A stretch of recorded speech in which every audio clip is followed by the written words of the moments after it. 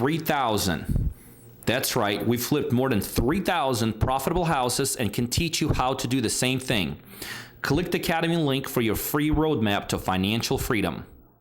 Hi, my name is Julie Hicks. I had an idea of what real estate investing was, what wholesaling was, but I did my own research, but I knew that I would have to get in with somebody that could really point me down the right track so I wasn't making costly mistakes, as we all know in real estate we can do.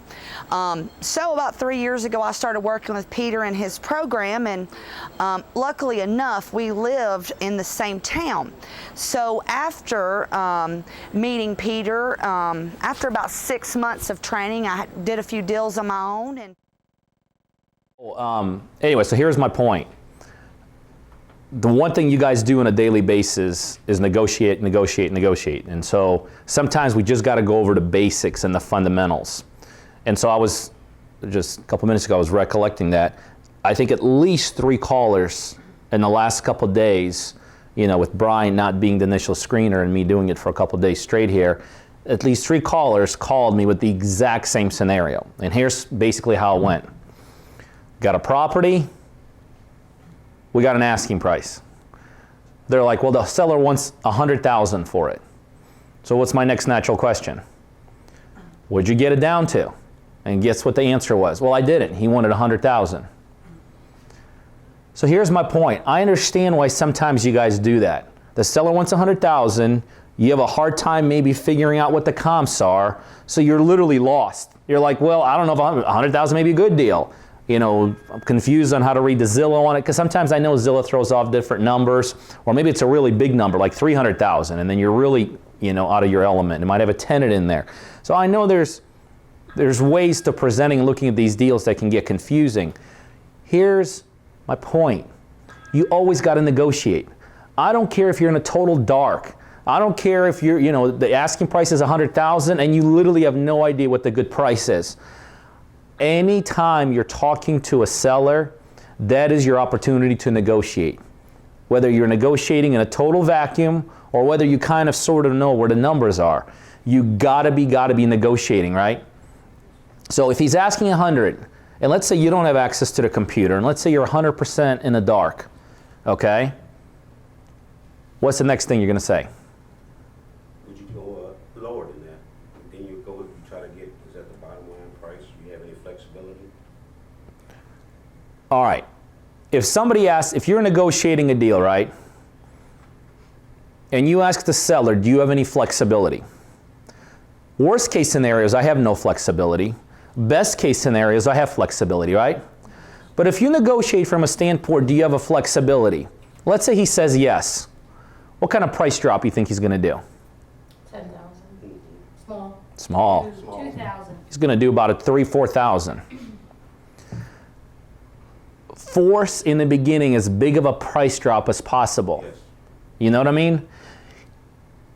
Asking somebody right up front, do you have any flexibility? Even if they say yes, I guarantee you they're not going to say, well, yeah, I'll take 100, but you know, I'll take 60. What are the chances of that? 0.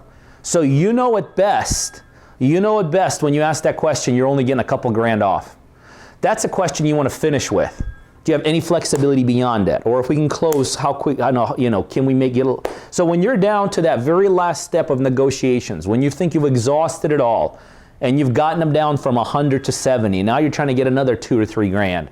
That's when you go, listen, you got a little bit more room. You don't start out with that, okay? So what do you say? How do you get the first initial price drop? What do you do? Condition. Well, that's what I do. Condition. What if he says it's in good condition? So I'm going to offer them to pay for all their expenses. Okay, you can offer to pay for their expenses. Again, there might not be a lot of expenses. Well, we're just talking about closing costs. The quickest way to get the biggest price drop is to lowball that person. That's the quickest way. You can't expense your way out of it. You can't condition your way out of it because it might not need a lot of work, right?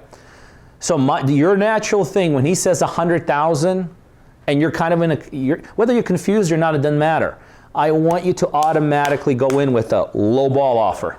That's how you do it. See, when you're negotiating 3 to 4 to 5,000 at a time, guess what? There's not much room there. But when you're popping from 100 to 50, all of a sudden there's a whole heck of a lot of room for him, and all of a sudden he might come back at 75 or come back at 70, okay? So when you're negotiating, every time you talk to a seller, that is a chance to negotiate the deal. Never leave the seller in the dark. Like, well, let me go find out, okay?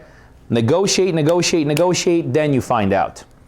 The first negotiation step is always your biggest drop. Automatically. And here's the other thing. I know that we work off these formulas like 30%, 40%, right? That's where we want to end up. That's not where you start, right?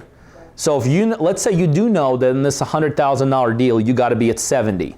Are you going to start at 70? No. Heck no. You got to let the guy have some wiggle room, right? So if you do know in that particular deal you end up at 70, guess what? You're starting at 40, right? And you know, I know you guys have heard me talk about this before. The reason you start that initial negotiations with a very, very, very low ball offer, do you guys remember what's the number one reason? You get a response. Get a response. Because when you get a response, you know if you're in the ballpark. If he's at 100 and you come back at 40 and he's him-howing like, oh God, guess what? You're in a ballpark. You got him hooked. You got him hooked because you're right there. He's you know, you're just going to need a little bit to push him up or down.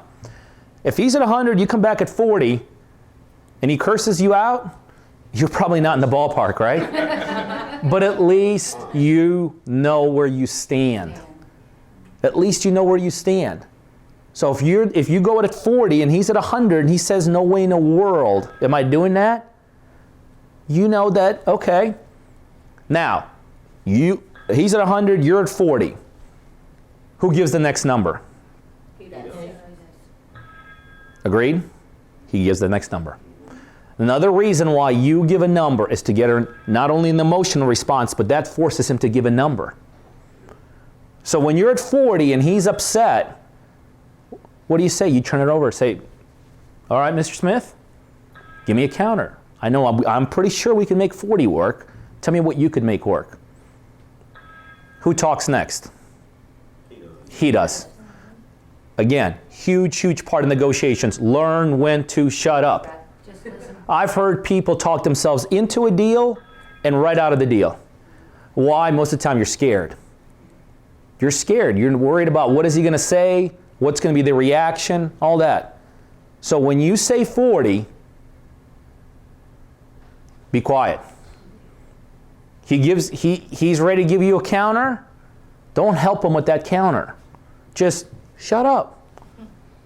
A lot of times in negotiations, he who talks next loses. Okay? Because then he's got on you. But anyway, so here's my point, guys.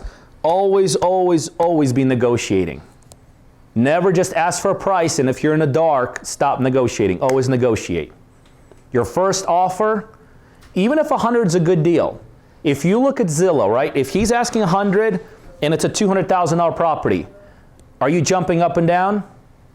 No. Negotiate. What if you can get it from 100 to another 30 grand below? So no matter what it is, whether you think you're in the ballpark or off ballpark, always be negotiating that, okay?